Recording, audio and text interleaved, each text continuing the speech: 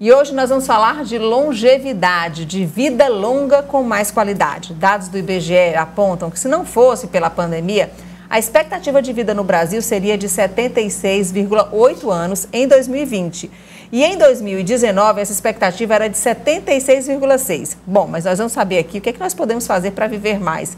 E para isso a gente convidou o médico João Vitor Amorim para falar sobre este assunto, sobre qualidade de vida, estilo de vida, para poder a gente viver mais, é claro, né? Porque é o que todo mundo quer. Seja bem-vindo aqui, doutor João, ao Vida Saudável. Olá, Nayara.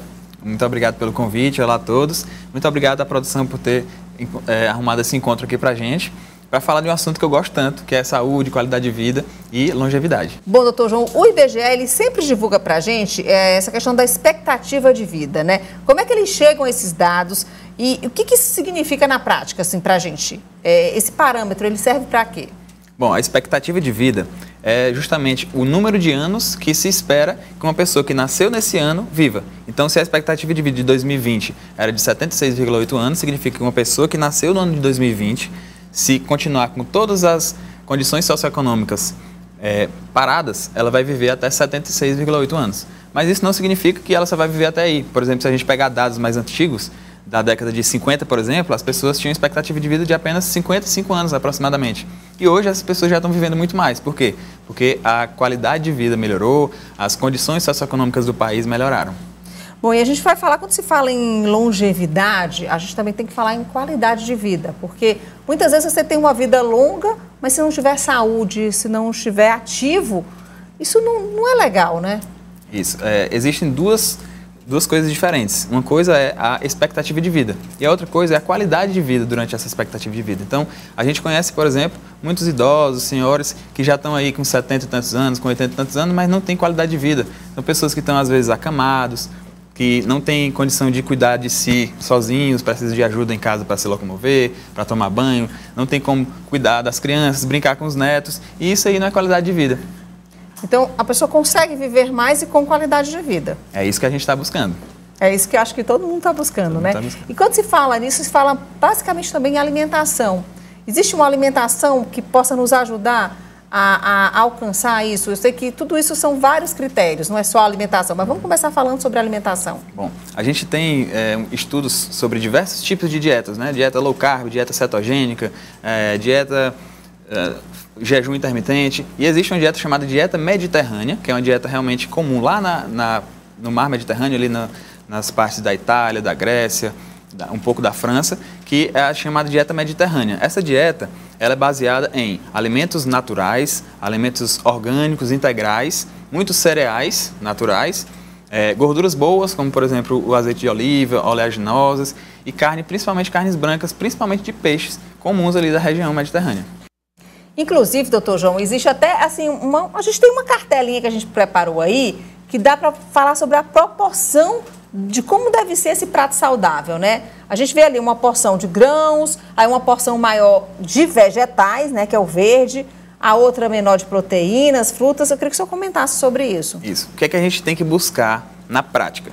Que pelo menos de 80% a 85% da nossa dieta, de tudo que a gente come, seja composta de alimentos naturais, que vêm da natureza, com o mínimo de processamento possível. Por exemplo, se a gente pensar em frutas, verduras, do jeito que está na natureza a gente pega e já come. Alguns alimentos que são minimamente processados, como arroz, feijão, certo processamento industrial e vem para a nossa casa. Mas a maioria dos alimentos tem que ser esses minimamente industrializados. Vamos evitar sempre os alimentos industrializados, aqueles ultraprocessados, cheios de corantes, de conservantes, de adoçantes naturais. Aquele produto, por exemplo, que ele fica na geladeira, ele se conserva ali por muito tempo, não é legal, né? Esses produtos que têm muitos conservantes, corantes e até mesmo os adoçantes naturais, eles são muito inflamatórios para o nosso corpo. Terminam trazendo um maior desgaste para nossas células e aí acelera o processo de envelhecimento celular. E por que nosso corpo envelhece, doutor João? Bom, então são diversos processos que vão fazendo o nosso corpo envelhecer. O envelhecimento, ele inicia na célula. O próprio funcionamento normal das células, o nosso metabolismo, produção de energia, reações químicas que acontecem no nosso corpo, vai acontecendo desgaste nas células. Além disso, a nossa influência ambiental também, a exposição à luz solar, a poluição ambiental de água, de ar. Além disso, o nosso estilo de vida, né? A qualidade da nossa alimentação, quanto de sono que a gente tem, como que a gente lida com o estresse do dia a dia, se está sedentário, se está se movimentando. Então, tudo isso vai modificando a estrutura celular, vai modificando os processos celulares, e esse processo vai desgastando as células, que vai desgastando os órgãos, que vai acabando desgastando o organismo como um todo. Bom, e a gente tem aqui, inclusive, um material que o senhor preparou para a gente, que seria o segredo da longevidade. Você que está em casa, fica atento, porque o Dr. João vai falar de 4 segredos aqui, que são fundamentais para a gente poder viver mais. E eu acho que você, todo mundo quer viver mais, mas eu quero viver mais, mas eu quero viver com qualidade. Eu já disse aqui várias vezes no programa que eu quero ser uma velhinha, assim, viajando pelo mundo, sabe? E movimentando, me sentando, me levantando e vivendo o máximo que eu puder. Eu acho que é o que todo mundo busca, né? E com a família, convivendo com os amigos, produzindo, ativa. Então, eu queria que o senhor falasse sobre esses segredos, assim, da longevidade, se a gente puder dar alguns segredos, assim, para os nossos telespectadores. Então, vamos lá. O que é que se tem de estudos? Já foi verificado que em algumas regiões do planeta, algumas cidades, regiões do mundo, existe uma qualidade de vida, uma expectativa de vida bem maior que a média populacional. São 5 cidades espalhadas pelo mundo. Elas são chamadas de Blue Zones, são as zonas azuis. São as cidades na Costa Rica, tem uma cidade na Costa Rica, uma cidade na Califórnia, nos Estados Unidos, no Japão, na Grécia e na Itália.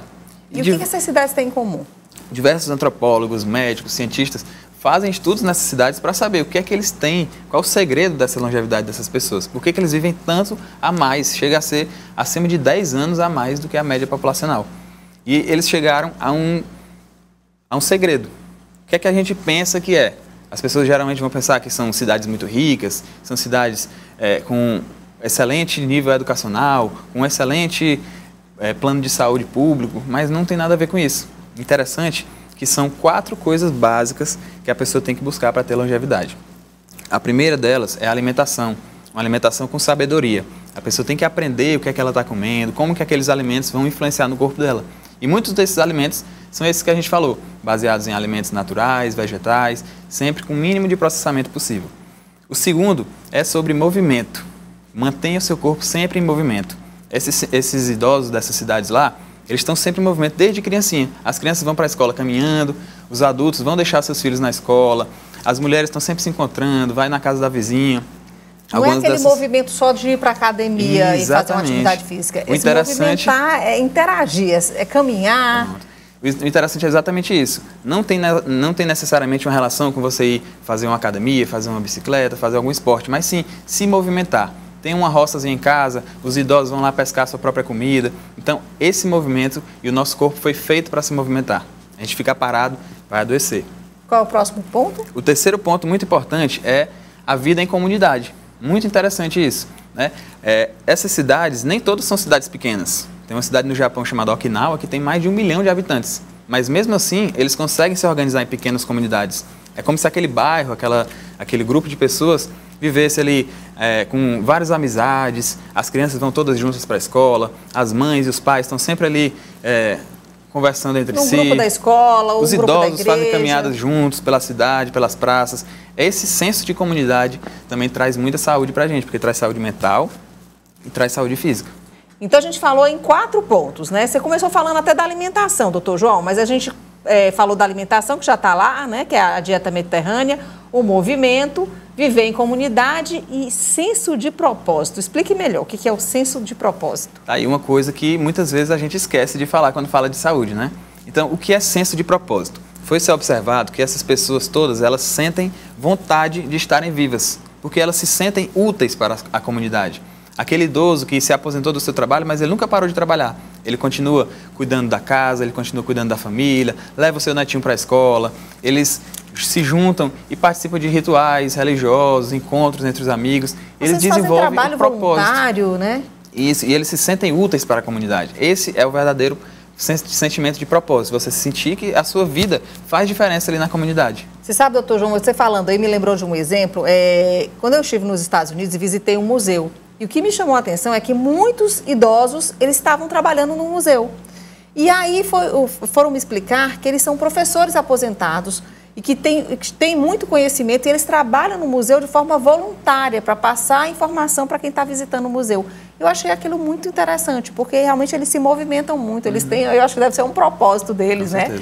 Continuar ensinando e se sentindo útil, passando conhecimento para as pessoas. Muitos deles vão ajudar as crianças a ir para a escola, vão participar da paróquia, vai ser pastor da igreja, vai participar de ONGs, e isso faz com que eles tenham mais vontade de viver, vai dormir todo dia à noite sabendo que amanhã tem alguma coisa para fazer. Não vira aquele idoso que está ali contando os dias, sem ter muito o que fazer. E esse propósito, ele pode mudar, né, doutor João? Você não precisa ter o propósito a vida toda. Às vezes o propósito que você tinha quando você tinha 20 anos vai ser diferente quando você tem 40, quando você tem 60. E vai mudando, às vezes, por mês aquele propósito, não é isso? Não pode ficar sem uma meta e sem um propósito. Exatamente. A gente vê muito hoje falando sobre propósito, busque seu propósito, busque seu propósito. E muitas vezes está nas coisas mais simples. Às vezes o propósito é você viver com qualidade de vida para cuidar bem da sua família, para cuidar dos seus pais ou dos seus filhos, e ter realmente um porquê estar ali. Bom, doutor João, para a gente finalizar agora aqui, as pessoas podem estar nos assistindo e dizer assim, mas isso aí eu tinha que fazer quando eu era novo, agora eu nunca fiz atividade, eu nunca me movimentei, agora eu acho que não vou mais aumentar o tanto de tempo que eu vou viver porque eu não comecei isso antes. Pode começar em qualquer momento da vida? Com certeza, vou falando com você agora. Comece a cuidar a partir de agora, a partir de hoje. Não queremos falar aqui só sobre alimentação e atividade física, que já é o básico, mas a gente tem que falar também sobre saúde mental, sobre senso de propósito. Então pense sobre a sua vida, veja o que é que você está fazendo, como que as coisas estão influenciando na sua saúde mental. Pare para pensar o que você quer fazer da sua vida e siga nesse caminho que você vai ter muito mais saúde. É isso, se movimente, viu, gente? Não é só ir para academia, não. Vai na casa do vizinho, caminha, dá uma volta no quarteirão, faz alguma coisa, limpa a casa, não é isso? Limpa a casa. Vamos Tem que se mexer, não pode ficar parado, que o corpo envelhece se ficar parado. É isso. Obrigada, doutor João, pela sua participação aqui. Pelo convite. E é isso, vamos viver muito, né? E com qualidade. É isso aí. Obrigada, foi um prazer.